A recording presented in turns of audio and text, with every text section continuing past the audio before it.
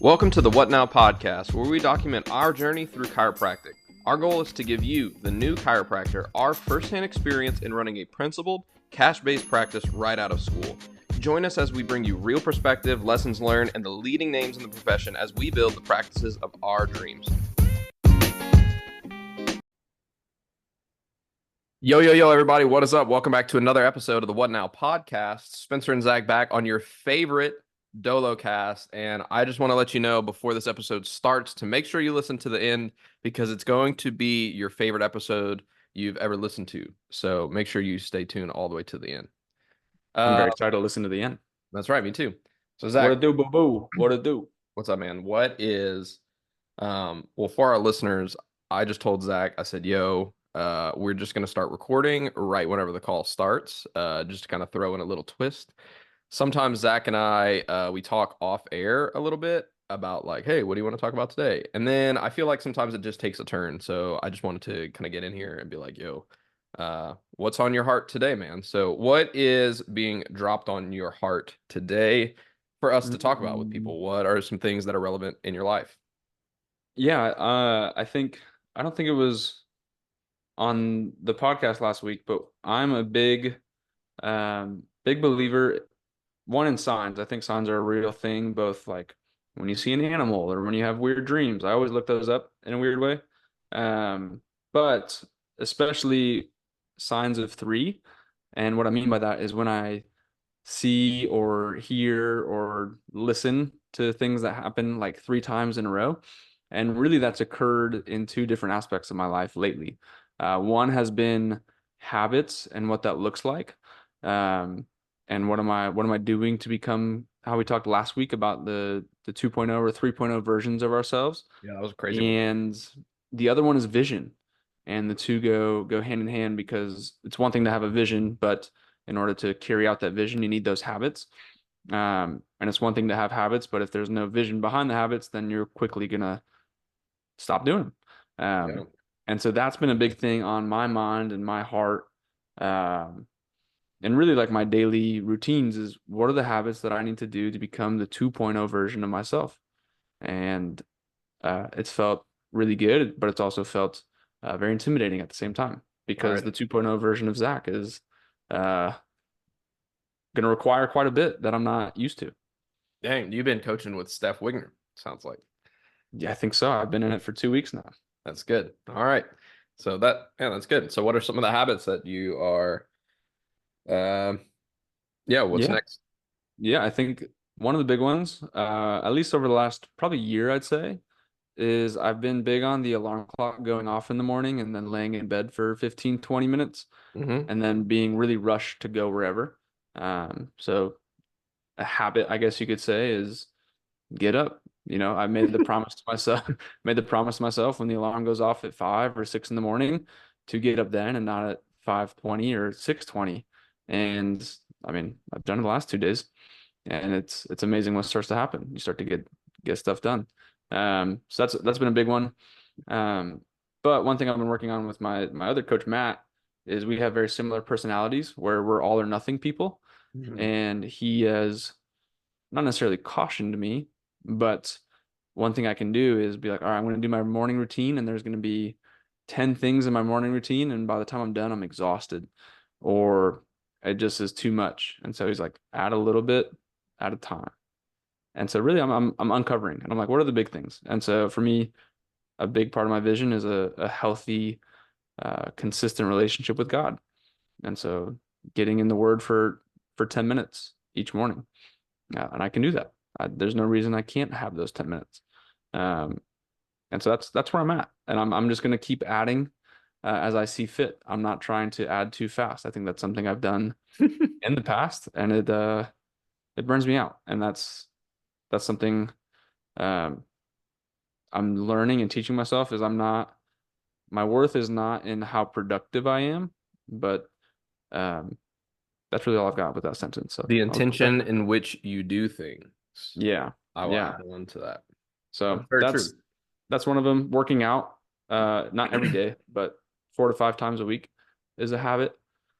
And yeah, I'm excited to see what habits unfold as Morgan and I get married here in a week and a half.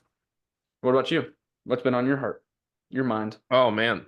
Well, I just want to kind of close that up um with something that dropped in for me when you were saying that is like there's two types of people. There are sippers and there are chuggers. And Yeah, there's some people that are like, I'm gonna throw everything onto my plate at once. And then there's some people who are like, I'm just gonna try to take on a little bit each time and see how things go. yeah, Both of them lead to destruction in your yeah, life. If you play too safe, then you never play at all. And if you play too hard, then you can't play long enough. yeah, And so, which one are you, Zach? Are you a sipper or chugger? I know the answer, but you tell me. yeah. I didn't know the answer. I'm sure our listeners probably do too, but I'm a 100% a chugger, Yeah. chugger And for so, sure. you guys obviously know where I stand on that. I'm a sipper for sure. Yep.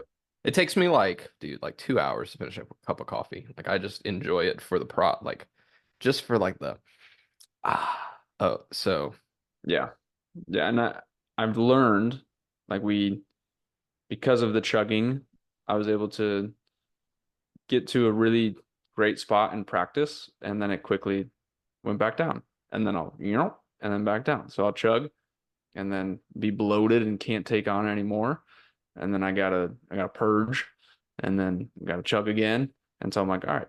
But I also feel really uncomfortable being a sipper, so I don't really know how to learn how to balance that out. yeah. Well, I mean, I'm the exact opposite, dude. Like in practice for me, it's like I'm gonna get a really small place and I'm gonna get the cheapest this and I'm going to just do a little bit of that and kind of see what happens. And then when I get some success, I'm like, oh, I don't know if I could really handle anymore. So I'm just gonna play it safe and do that. So I mean, um, that also comes back to bite me, right? Where the Yeah. tension lies in the middle is the ideal spot. So And it's right, crazy how like the middle seems like it'd be really comfortable, but but and it's that's not. one thing I've like learned just in the last 2 days of like consistent time in the word and like getting up 10 minutes earlier but slowing down my morning is like I almost have anxiety because I'm not having as much stress or anxiety just in the morning. And like I'm like driving to work, I'm like, this feels uncomfortable. Like I don't like not being rushed. Yeah. Uh, so it's a really interesting thing being in the middle. Yeah, I feel like I'm doing the exact opposite. I feel like, dude, I was hustling so hard for a while, like trying to chug more that I forgot that I'm like, oh, dude, I'm actually better at this slower pace. Like I'm better when I can be more thoughtful and present and intentional. And dude, I've been sleeping in, actually, getting some rest. And I have like just had this newfound appreciation for space in my life. I think that's probably what's been on my something like you talk about like threes. I also just talk about like relevance, right? Like how many times is God like poking me and like Yeah. slapping me in the face with this consistent thing? Yep. And I guess right now for me, dude, it's like gardening is like planting like the concept of gardening and the action of gardening. And like Jared Moon just put out a podcast on hunting versus farming. And then Hmm. the only book that I was like, ah, dude, like I literally our we left the house to leave for the honeymoon, and for some reason I was like I gotta grab the Wealthy Gardener, and I ran and like out of nowhere I was like I got like, oh, I forgot this book. Like it wasn't on my packing list, it wasn't nothing like that, and I felt Yeah. like I was missing a piece of like whatever I was supposed to get. And I was like, oh, I gotta run it, dude. It was like tucked away in this bookshelf, like on a stack of like under a bunch of other books, and I like, oh, I gotta grab this book. Yeah. And but what's crazy is that I brought that book and I didn't open it for like the first 2 days. Then I brought it down to the beach on like our third day, and I opened it, and the chapter that I had left out on was gratitude. Hmm. It was so It's really crazy cool. about, and like it was the whole chapter. Like I didn't intentionally leave off there. I didn't like, oh, let me read this chapter. Like I Yeah. literally just opened up the bookmark that I had in there, and it was literally this chapter on gratitude and about how slowing down to appreciate what you have Hmm. built is where gratitude lies. And then the only way that you can actually express gratitude is if you intentionally get there. So then I was like, oh, okay, that's funny. Um, and then yeah, I just feel like that. And then like everything that I've just been listening to has been more about like go deeper, plant more seeds, let Mm-hmm. your roots take hold before you grow high. Like I feel like all of those things have been relevant. Like today, Taylor Welch's Daily Mind Medicine was all about gardening your mind. Yep. Um, so yeah, I just feel like that has been, uh, Yeah. and then they talk about like the fruits of the spirit and um, like the turmoils of the flesh will be pruned, like uh, Mm-hmm. in the coming season. Like all of Yeah. those things. Like I feel like that's been my big thing. So I think we both are similar. I think we're both very and we talked about this last week, but we were both very tactile and yeah, like strategic in our growth over the last year and a half. But we were kind of figuring it out on our own for the most part, right? And I think now having these coaches and these guides in our circle has just enabled us to be like, oh, this is because it's one thing to just go like garden in dirt, right? Like I could just go outside and find some dirt and plant pumpkin seeds. But if I don't know where to plant those pumpkin seeds in like fertile soil, then it's going to be all for naught. And I think yep. that's what one thing I'm realizing is like not necessarily to uproot everything I've been doing, but in a sense, like uproot and restart by placing the seeds that I've been working on back into fertile soil. Yeah, well, my brother has like an awesome garden and he's really good at it. And one of the things that he does when the seasons change, you till up your garden, you take everything out of it because the environment is different. Hmm. When your seasons change, the ability for things to grow or to not grow or to flourish or not, the successfulness of what you plant is all dependent on your season. Hmm. And Steph like has this thing where she talks about, like don't compare your growth season to somebody else's stabilizing season or Yeah. their sowing season, Hmm. right? There's a difference between sowing or and planting and gardening and harvesting, Yeah. right? And so all of those have to be there. And if you take too much, then you strip your garden. If you plant too many seeds, if you overpack your garden, then you're going to strip the nutrients. You're going to strip the potential Yep. from what can actually grow. So you have to first, if you want more, you have to expand your garden. You have to expand your mind. You have to expand your available real estate. So like if you're in practice, and this is like so relevant to what we're at now, is I came away from scale up thinking that the best way to scale my practice is just to do more Yeah. and to go harder. Yeah. And that's true, but going harder and doing more does not have to be in producing. It Right. can be in preparing. Hmm. And now I have like all of these new ideas and these new ways to do it because if I'm in a mindset and my mental structure is only so big, if I can only fathom 250 visits a week, 40,000 or 20,000 or Hmm. $15,000 of collections, I think this is a big thing because we're kind of at another sticking point, like where we're stuck. We were stuck at like 23K for like the longest time. Then we started coaching with Steph. She expanded my mind and allowed me to Hmm. understand what's available, and we doubled in Yeah. 40 days, like 45 days, is because I had more available real estate for different types of work, Hmm. right? And so, like, if you're opening a practice, you have to understand that there are phases that you will go through in your self-development, and that has to be first because the one who expands the garden is not the garden itself. It's the gardener that decides where it will live. Yeah. And so if you're here saying like, okay, I want to have this amount of practice, blah, blah, blah, blah, blah, first you have to have an idea of where you're going to start and the size that you're going to start with. And Hmm. that's all based off of your experience. We all want to come out of school and we all want to open up our practices thinking, oh man, I'm going to run out of school because this one guy, like there's a dude in San Diego that used to work with Glow that has the TRT practice. He did $1 million in his first year. But how many years did he spend working with, Yeah. like, developing himself, learning the systems, exposing himself to success? He Yep. had a large plot available for him. If you're Yeah. coming out of school and you're just like us, dude, like we had no business experience. I mean, we had none except for like our Delt school, right? Which was Yeah. awesome, but it Hmm. was very fractional. We knew enough to talk to people, but we knew nothing at the same Yeah, time. exactly. Right. Which is exponentially more than some and Well, I exponentially mean less than others. it's basically like in try one, when you see someone adjust or you watch them like do their flow, right? You're like, how did you know to adjust at T4? And more often than not, when you ask like My experience. Doc, it's like I knew, right? Versus back then, you're like, well, I gotta feel the range of motion and the block of wood and the block of cheese, and that's where we were when we came out of school. Yeah. But you get to that point by learning, and learning Mhm. happens in two ways. One, the consumption of information, and two, experience. That's really it. That's the only ways that you can learn, Only way. because really experience is just more consumption of information. It's Yeah. just either tactile or experiential information. That's it.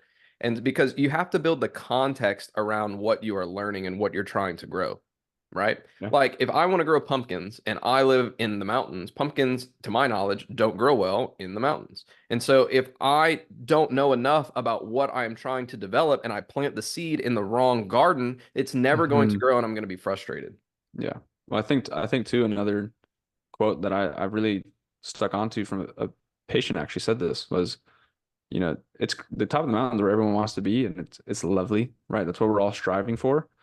But just know there's no fruit that grows on the top of the mountain, Yeah, it's right? true. There's none, right? And it only grows in the valley. And so when you have to go back in and like, okay, now you got to till the land, like you keep saying, Yeah, well, the top of a mountain is what gives you perspective, right? right?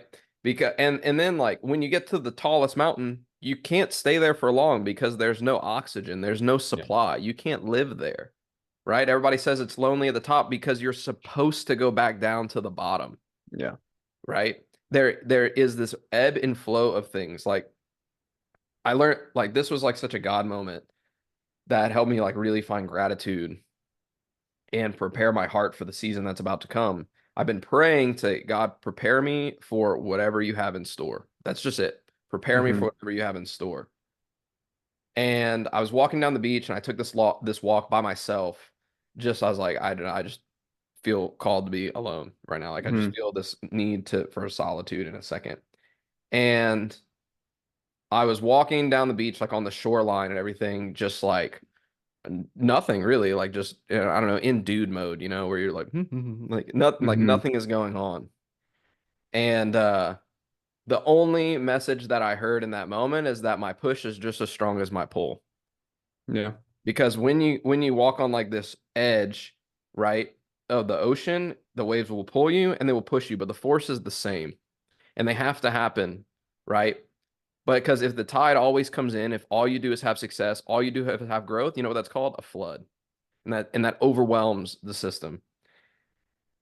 If all you have is pull and the water always goes out, that's called a drought and nothing can grow. You have to have both. And that's when I was like, oh dang. Well, I'm grateful for everything. I can be grateful in my growth. I can be grateful. I'm so grateful and I'm so abundant when I know that um when I know that like my collections are high, my patient visits are high, retention is high, team success is high, reviews are all coming in. That's the big season that we just went through. And actually, being transparently honest, dude, we're like way low like this month. Like visits have actually gone down, team a little disrupted, collect just patient visits down as well, like in just this past month. Yeah, we took some time off, but like still like it shouldn't be dipping as much as it is. Hmm. And I just looked and I was like, for the first time ever, I'm grateful for this low Yeah. because I'm not panicking because now I understand that when there's this pull out, it means that I'm getting prepared for a huge push in. And Hmm. and the more that I can keep going through that pull, the more I can keep walking through that valley is the next time that I'll get toward the mountain. And so, but it's like, dude, if my container's not big enough, I can't handle the influx of the new stuff that's going to come in. So right now, when I feel like when you're in a low season, when your business is down, when you feel personally low, it's really God calling you to expand Hmm. because it means, especially coming off of a season of growth and influx and development and abundance, God's really calling you to expand because he knows that he's overflown your cup, Hmm. right? Like if we're serving drinks to people or we're pouring water and I'm pouring, right? And I overflow, I have to stop giving because it's going to cause a mess, right? Yeah. And so what we can either do is we can get another cup, we can make the glass bigger, or we can just stop giving altogether until it's used up. Right. And so that's just kind of where I'm at this point. Yeah. I'm in this deep season right now. Like I'm in a diving season, in a rooting season. Yeah. I think we're in strangely similar seasons where, I mean, we obviously had those breakthrough moments last week. And, one Minty thing, B was real last week. Menti B was for sure real. But it's so interesting to me, not interesting, but like wow, like I have that same amount of gratitude because I mean, was doing an exercise last week, uh, in the Wealthy Practitioner or yesterday, and I was like, how did we get here? It was a lot like around finances, like how did I let it get to this point? But then also like, wow, like how did How did I we get here? how did we Like, pull this off, yeah. Um, just like going through the systems. And so it's like really refreshing to know, oh wait, like there's still people booking onto the schedule. There's still people coming in. There's still like you said, there's still reviews being left. Um, and with that, it's also like, okay, it's time to uh I think it's like in plants, like when you're pruning the leaves, Hmm. it's time to prune the leaves, right? Like one thing on my one of the coaches mentioned was like, when's your CEO time? And I was like, I don't know. Sometimes Friday afternoons, but I'm typically too exhausted. And they're like, yeah, you got to cut out a shift. And I was like, oh, that's scary, right? I got to cut out a shift. Because here I am, as I just mentioned, that I thought my self-worth came from my productivity. And to me, CEO time doesn't feel currently productive because I'm not seeing patients. Um, but it's also looking at the schedule. And Spencer, you and I were talking about this over the weekend. Funny how when you start thinking of pruning away a shift, how it just naturally Naturally starts to go. starts to go. Dude. And so I'm like, all right, Tuesday afternoons when I get back, we're going on a family vacation in June. When I get back, no more Tuesday afternoons. And I Yeah. couldn't be more excited. I want to give you guys some context. What Zach and I were talking about is Zach he was telling me he was advised to prune a shift off of his week. And I've been like, man, dude, the practice isn't growing as much as it has been, like not radically growing. And like it makes me feel uneasy just for something. I'm like, man, like something we're doing is causing resistance. Like I just feel turbulence in the practice. And so Kate was like, well, and she's been saying it, and like everybody's gonna say, like, my wife was right. But anyway, so Kate was right, and the best thing for us to do at this point is to take away Fridays. And I was so resistant to that change for the longest time, and I kept holding on Hmm. to it. And the moment that I was like, nah, you know what, we're just gonna close on Fridays, everybody on our Fridays dropped off of our schedule. We didn't announce it. I didn't tell anybody. I just made the agreement with myself, like, my time is better used on Fridays for me to grow the business and to nurture my business and to do my gardening, and to take care of my garden. And literally it was just like, okay, done. And so it'll be really easy. Like I think we have like 10 visits on Friday or something like that out of our 240 Hmm. that's coming in, which is crazy. Hmm. And like our 10 visits are like 11 visits. It's like two families of five. Yeah. And I asked both of them, they're like, dude, we can come anytime. You just let us know. And it's Yeah. like, okay, wow. So everything I was afraid of, all of my fear was really just my expectation that the change I was being called to was going to be a detriment and not a blessing. Yeah. Yeah. And it's incredible how that ends up happening. It's Yeah, I mean, it's I just mean there's and there's one thing like I think too I'm learning is like you hear about it all the time, right? Where it's like as a parent, and I'm not a parent, Spencer's not a parent, but parents say this all the time where it's like I was telling my kid to tie their shoe this way, and then they finally go to Miss Smith's class in third grade and they come back and they're like, you'll never believe how Miss Smith taught me to tie my shoes. And it's the exact same way. Right. yeah. And it's kind of like Morgan has been saying the same thing to me. She's like, you you got to find a CEO time. And I was like, no, whatever. And she told me this like way back when. My CEO time is at lunch. Come on. Yeah. Yeah. Right. And I'll get back to lunchtime too. But with that, like finally getting to a point where it's like, oh, like, I come back and like my coach told me to take a Tuesday off. or take a shift off. And she's like, I've been telling you to do that for 8 or 9 months now. Yeah. And so same thing with you having Caitlin tell you that. It's just funny how it it ends up working out, whether we want it to or not. We got to Yeah, give it up. that's just called being hard-headed. Yeah. Yeah. Yeah, we call that tête de in Cajun French. It just means Yeah. hard. But that's also been a habit I've been looking to implement during lunchtime is at least a half hour, 45 minutes of just putting the feet up. Yeah, like get a meeting or two on the schedule each week, maybe get a workout in during a lunch break or whatever, but really finding that time to actually rest as the schedule fills up.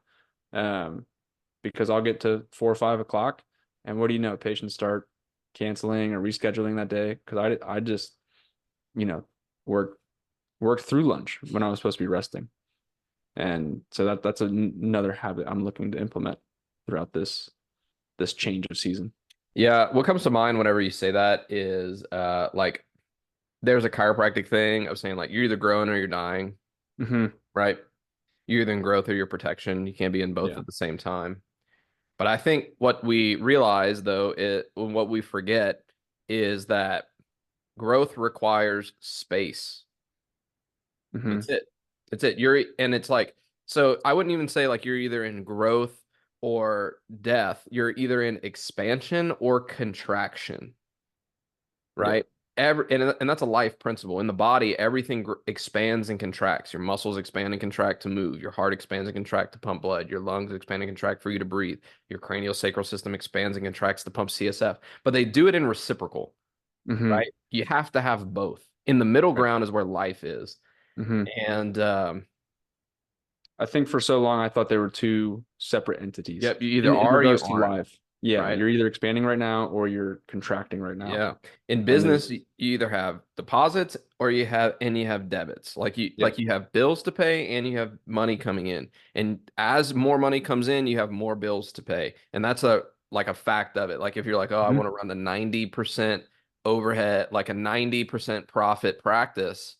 It's like, well, how much life is actually in that practice if you're Hmm. constantly in this fulfillment, right?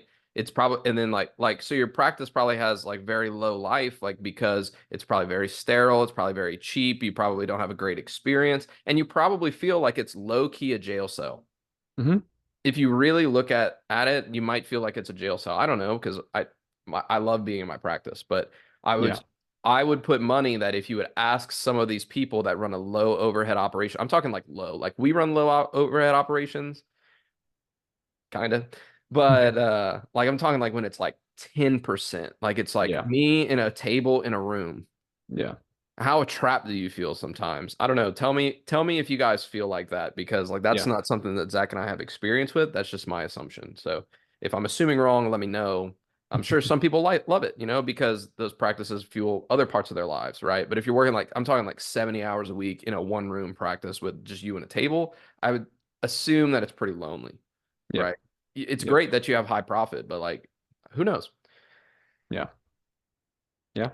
But Then that's really where I've been at. Habits, vision, yeah. learning to expand and contract at the same time. Yeah, just growth and depth is kind of where I'm at. But that's kind of what's on my heart recently. I don't really feel called to learn more about business. I feel more called to learn about myself. Like I'm saying, like I'm trying to grow my plot, right? Like we Hmm. have this one raised bed or I have this one plot of land that I was been able to do it and I filled that garden. And so I can either one, take out all the things that I've done and grown and completely restart, or I can just expand my garden. Yeah. And that's kind of the first thing that I have to do that. But first I have to learn how to do that. And that is where I'm doing it. And I feel like it all starts in your mind. So Hmm. Hmm. Gotta get the mental right. And I'm the same boat. That's why going back to the word and taking time to breathe and meditate is going to be essential, I think, yeah, moving forward. so let's get a little strategic. And in your pruning season, what are some things, some actions you are taking in your practice for people to apply to their pruning season if they are going to go through one? Yeah, so I think if I hear the question right, pruning wise, I mean, I mentioned we're cutting a shift away, right? And so that's going to be still a time where I'm either in the office or in a coffee shop. The way Nikki taught us one of the coaches mentioned, she's like, it's not island time. Like you're not putting on your flip flops and just like sitting up on the couch.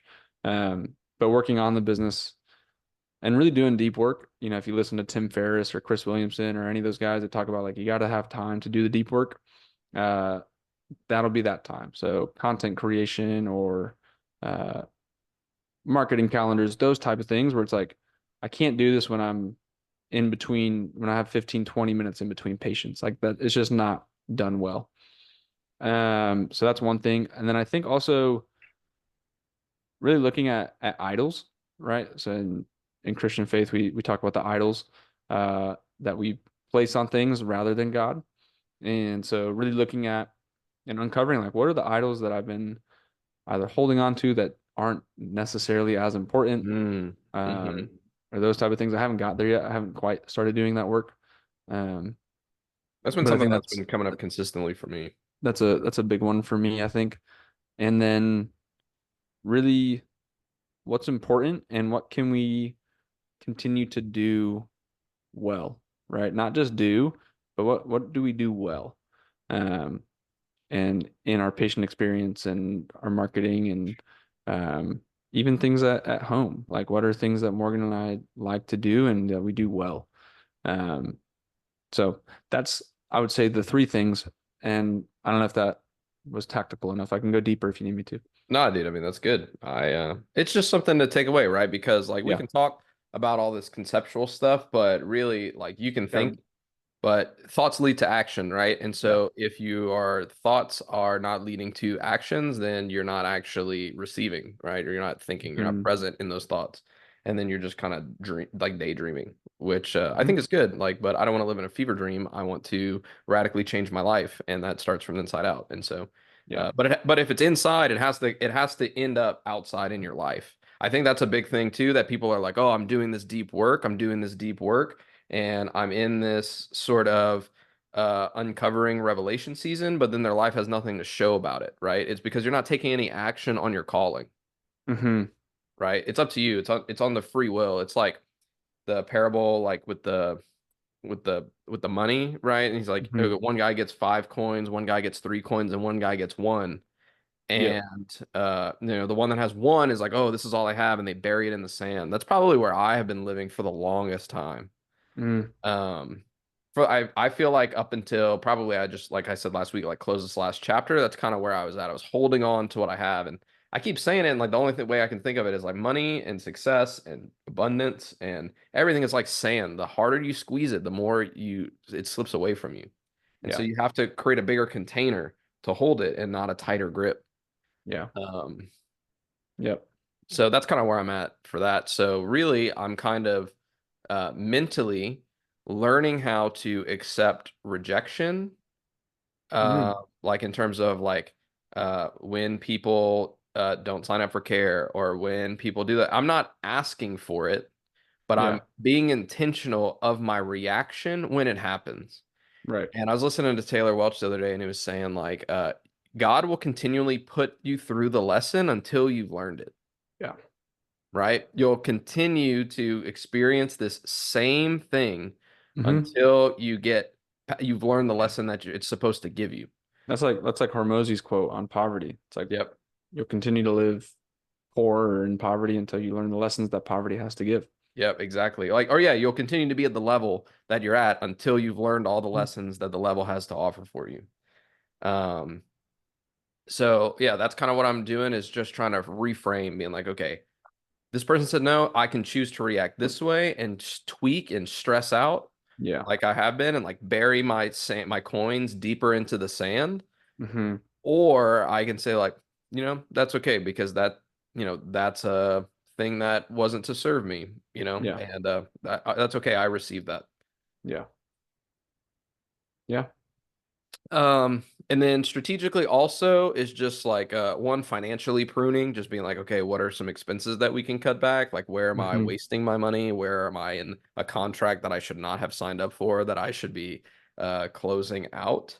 Newsletters. Um, you said Magazine. newsletters? I meant magazines. It's a rite of passage, dude. You have to sign Yeah. up for You have magazines. to. You have to. Um, yeah, those like just those kind of things. Like where are we paying? where are we sacrificing? And then another thing too, like where am I sacrificing quality for price? Like where am I not paying enough money into? Right? Yeah. Like, am I getting the cheap this or the cheap that because I quote want to save money, but I'm sacrificing quality experience for those things? Mm-hmm. Um, Mm. dude, like just one of the biggest things, dude, if you have support staff and you buy them cheap pens, you think that their job is like if you use nice pens and your staff uses cheap pens or whatever, like, dude, like it Yeah. means that you don't value the work that they have as much as your own, right? Mm-hmm. Mm-hmm. Um, those like just those kind of things. And then really looking at our systems, like where's the extra fluff? Like where are we trying to quote sell ourselves to people Mm. instead of reveal the potential that we can have for them? So like just going through our systems, like where are we talking more about how we can help their pain and stuff, and instead of telling them about the power of chiropractic to radically change their life? Yeah. Where are we making it more about us fixing people or us doing it? And if you think that you're not doing it, then you probably are. Yeah. I was in that boat for the longest time. Yeah. And Ian Stolman just like kind of revealed that to me about he said, if you point at people's scans and you say this is what is causing your this, and I recommend this many adjustments, there's no difference in prescribing a pill. Yeah. I was like, dang, really? He's like, that's just allopathic. Like this equals that, so do this to fix it. Mm-hmm. Right? Instead of saying like, hey, this is the evidence of nerve interference in your body, it decreases your overall ability to thrive and adapt to stressors. And chiropractic is the way that you can clear that. Yeah. Right? Who knows what's going on for your ear infections? Who knows if it's going to change? But I'm going to give your body the best ability to adapt, heal, and have a clear nervous system to express life to its fullest. And I was like, dang, that's Yeah. crazy. But you got to have that conviction, right? And so you got to Mm-hmm. know, and you have to learn more about chiropractic. You have to go deeper on chiropractic, and then you have to have experience in telling that people and like Yeah. stand on business as they're saying right now, and like be like, Yeah. this is what it is. Yeah. I think that that was really the fourth thing too is where have I overcomplicated the systems Yep. for our staff, right? Like where in our phone line or like our scripts or checking patients in, like how can we make this as efficient as possible? And do we need as many people here, right? Like how can we make this more efficient and effective all in one, right? Yeah, I mean, dude, one of the things that like blew my mind this week, actually, probably the most valuable thing I took away from this weekend from Ian, shout out Ian Stolman if you're listening to this. He is a ICPA, DACCP diplomat of pediatric chiropractic, which is insane. He Yeah. practices out in South Florida. I forget where, but he's a beast, dude. And that guy's on fire for chiropractic, and he just loves what he does, and that's kind of where I want to be. And he's, dude, he like is super convicted. But anyway, he just said, he's like, dude. He says, how many of you guys have your staff answer your phones? And most people raise their hands. And he said, okay, how many of you have a script for your staff um, that has like, okay, ask this question, ask this question, ask this question, get this information, all of those things. And he's like, most people raise their hand. He's like, why do you not just say, oh, our doctors would love to answer that in your consult. When would you like to schedule, Monday or Wednesday? Yeah. Because the whole goal of the phone call is to just give people their options and when they can come in. Because if they're calling, Hmm. that means they want to come in. They're not calling to chat on the phone. They're calling No. because they think that you can help. And what we do is we create speed bumps and we get in our own way. We make it harder for people to get the care that they're desperately asking for because Yeah. we think, as chiropractors or the profession or business owners, that we somehow have to validate and yap at people enough to where until they believe that we know what we're talking about. They're already in your office. They're already asking for your care. They chose you. They took the time out of their day because they think that you can help, but we still think that we have to prove to them that we can. Hmm. Yeah. And I was like, dang, that's crazy. I was like, I am subject to that. Same. I'm in that group. Yeah. So I was like, And it's something I've, you know, talking with our staff. It's like they're like, oh, I don't know how to answer this question, that question. And I've tried to give them the answer, this or that. And I'm like, wait, just tell them our chiropractor can talk with that about you at your consult that you just called about. yeah. Like there's no necessary reason to have a CA at any experience or level try to answer those questions. That's way too much pressure. Yeah, and then well, then he took it even a step further and he said, okay, in your consult, how many of you guys ask the OPQRST stuff? And everybody raised their hand, right? Because that's standard Mhm. operating, right? And he said, well, how many of you guys have them fill out all that information before? And half raised their hand. And he's like, dude, if you just, he said, the whole point of your consult is to figure out, do they have any red flags for chiropractic care? That's it. Because either way, it doesn't matter if they have ear infections, if they have infertility, if they have back pain, if they're having migraines. You know what you're going to do? Check and adjust them for vertebral subluxation. You're going to check and adjust them. It doesn't matter if they're black, white, male, female, have one leg, have two legs, have four legs, have six kids, have no kids, are Christian, are any of that stuff. It doesn't matter because you're going to check them and clear them for vertebral subluxation. Your whole Mhm. point, he says, and I was like, man, dude, that's really true. Like, I really try to come up with this whole story about how chiropractic and I am some hero to people and I'm Mhm. so smart and I'm some doctor-ish thing that I'm going to try to I mean, explain to people all of these things and how none of this stuff worked for them. When really all I have to say is there's pressure on your nervous system that's causing your body to have challenges. And what we're going to do with chiropractic care is clear them so you can live at 100%. it all comes back, and this is why I'm really enjoying my deep dive into Donald Miller, but it's Donald Miller and being the guide, not the hero, Yep. right? And every top brand and company knows how to make themselves the guide and not the hero. Yep. And because they keep it simple, right? And that's what I love about his whole operating procedure is like in his opening line, I said it last week, is you have to make it more professional, but that doesn't necessarily mean more complex, Yep. right? You have to make it more simple, especially as we scale and grow. If it's not simple, then it's vigorous training and all these types of things where it's like, no, I mean, make it simple. Well, yeah. I mean, okay, what is a more professional? Someone who goes on a huge ramble Hmm. or someone who's like, it's just like this, Yeah. right? Like, okay, Gordon Ramsay. He literally says, you put the steak in the pan, you cook the steak, and then you watch him do it. And he's like, I just cook it. And you would be like, that's a pro because Yeah. he understands, right? Hmm. Versus you have somebody who's like, well, first, what you want to do is you want to warm the steak up, blah, blah, blah, blah, blah. And Hmm. then you want to find this cut of meat. No, no, no, no, no. Yeah. And they just flood you with information. You get tired of their yapping and you're like, oh, Yeah. And because that's this, professionals understand principles. well, it's something too, and something Ryan Ryder, who was a phenomenal guest on a couple weeks ago, Oh, yeah, but y'all got to but listen to him. he talks a lot about the dentist talk, right? Like when you're sitting in the dental chair and you just hear the dentist be like molar four, and that's all they say, and you're like, oh crap, and like things start racing through your head. So it's like one psychological, but you're also like, oh, this guy said like a real tooth. I don't know the name of the tooth, but he said it, and they're taking care of it, and I'm in good hands. And then you get up to the counter, and they're like, yeah, 2 grand. You're like, okay, boom, right? Yeah. He never explained how he was going to remove the cavity or any of that stuff. He's like, you have a cavity that's causing this. We're going to remove it. Tooth will feel better. Yeah.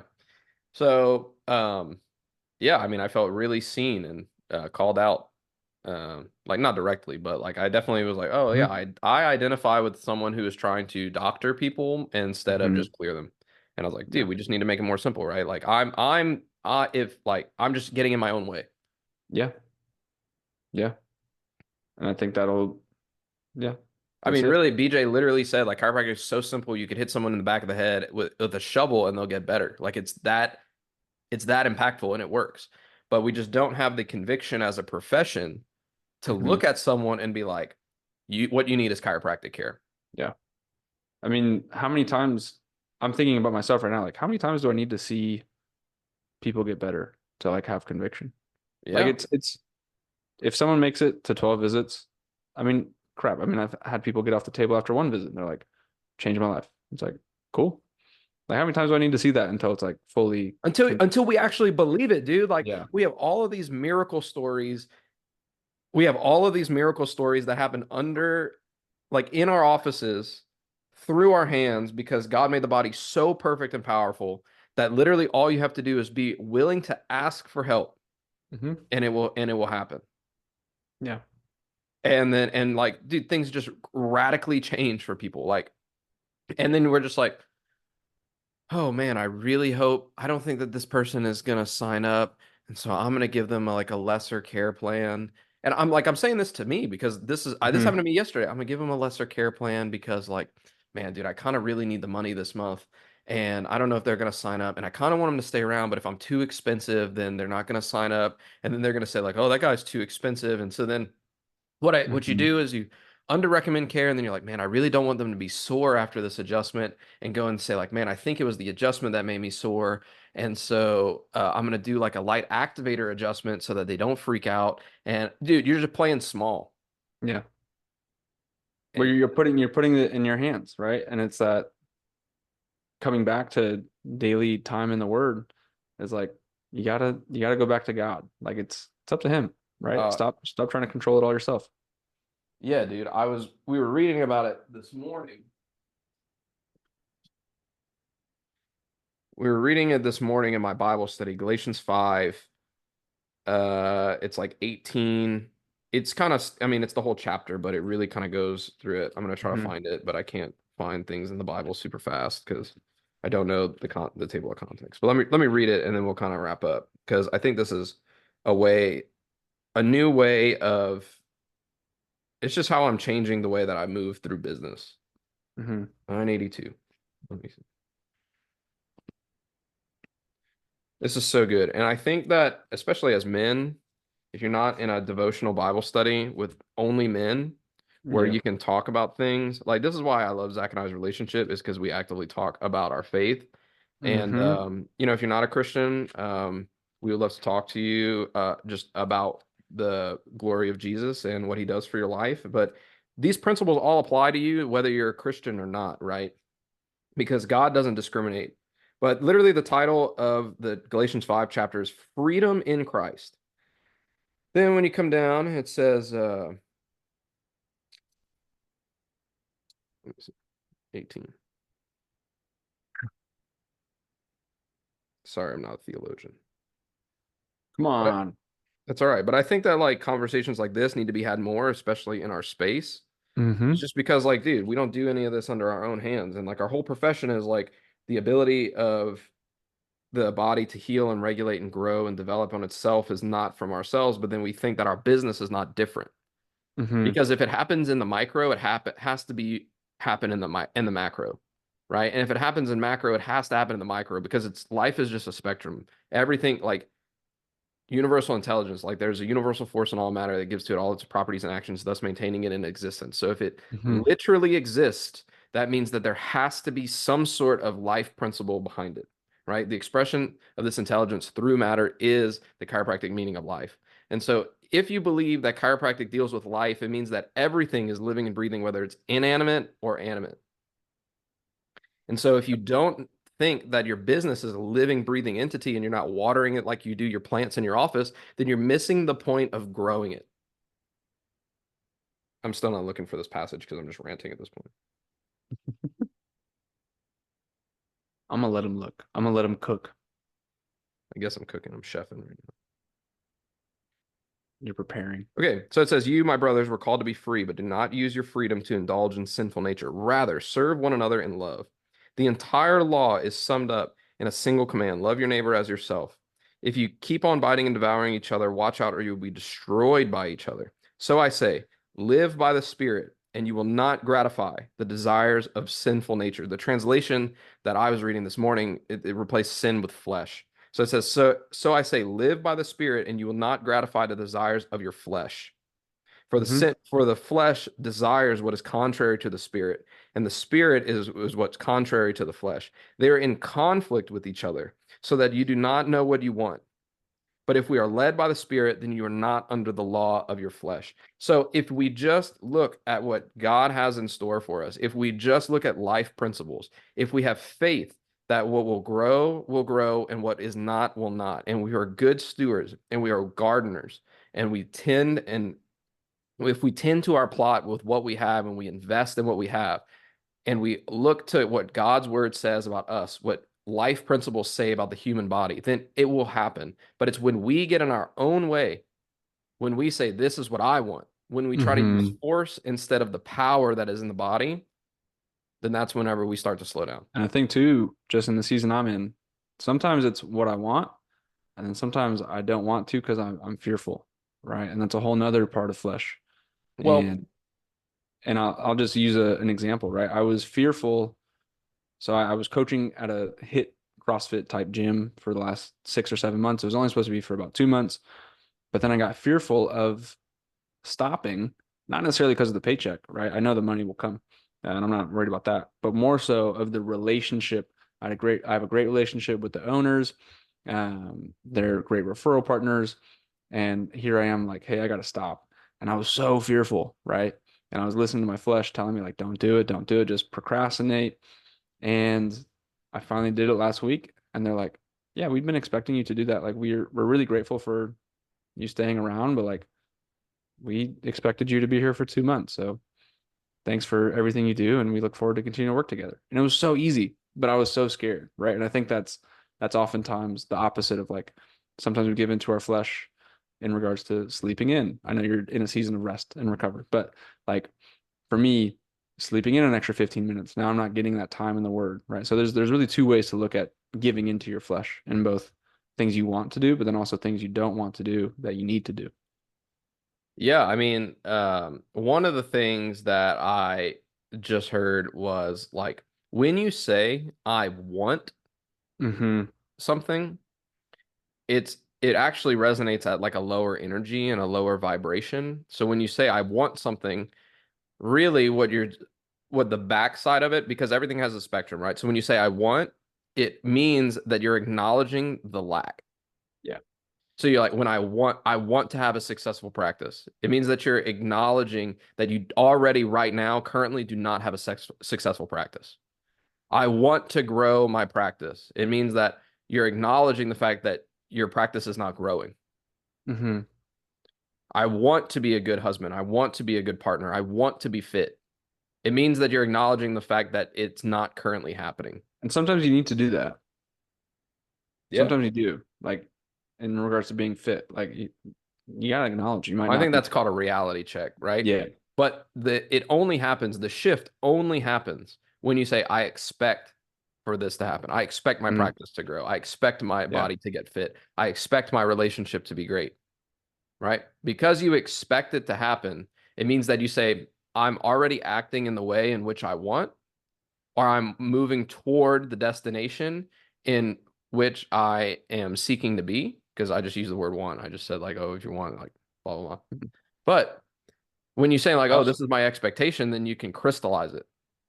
and I think use a little wordplay here, but I think when you expect something, right, whatever it might be, whether it be practice growth or to be fit or a good relationship, you also accept the Yes. the habits or the things that you need to do. Versus when I want something, I just want it. It's just out there. But I'm not going to take ownership of it, right? Because I just want it. I don't really know why I want it. I don't know how to get there, but I want it, right? I just want to be fit. It's like, okay, well, what are you going to do? Right? They're two very different. That's really cool. It's good. Yeah, well, the thing is like, okay, if you go to this is what just dropped in my brain. If you go to the zoo and you say, "Oh, I want to see the lion," and the lion is sleeping, Hmm. then you're like, "Dang, I'm disappointed that I didn't see the lion because it was asleep." But if you go to the zoo and you say, "I'm expecting to see a lion," and then you see the lion sleeping, you're like, "Dude, I saw the lion. It was sleeping." Yeah. Right? It's just the gap. It's the disparity. It's the frame of mind of just being like, Hmm. I expect this to be there. And so when it happens, it's like, of course it did. And I'm Yeah. already acting in the affirmative rather than acknowledging my lack. Yep. So I don't know where else. I don't really have Yeah. We anything we covered a else. lot of ground on that one. That was Covered a just, lot of ground. I like some of these episodes where we just dump. Yeah. What else you got? You got something else? What? No. No. What's your surprise? That was it. Oh, That we, nice. I don't know. I just felt like it was going to be a Yeah, good episode. I felt like it we had was. some It things was. on our heart. And I was like, man, it's really just to say, like, hey, make Yeah. sure you listen. But if you And have made it this far, thank you guys so much for listening. You have anything to say to our listeners, Zach? yeah, and when you tag us in your story after you listen to this episode, let us know. Did you sip your coffee through this episode or did you chug it and have nothing left to drink by the time we continue to ramble? Yeah. If your coffee cup is still three-quarters of the way full, welcome to the club. And if it's If you're empty, you sit on the other side. and if you've been empty for the last 30 minutes, welcome to the cooler club. That's right. Hey, everybody, thank you so much for listening to another episode of the What Now podcast. We'll see you guys later. Peace. Peace. Thanks so much for listening to this episode of the What Now podcast. If you took something valuable away, feel free to share it with a friend, post it on your socials, or give us a 5-star review. We'll see y'all next time. Peace.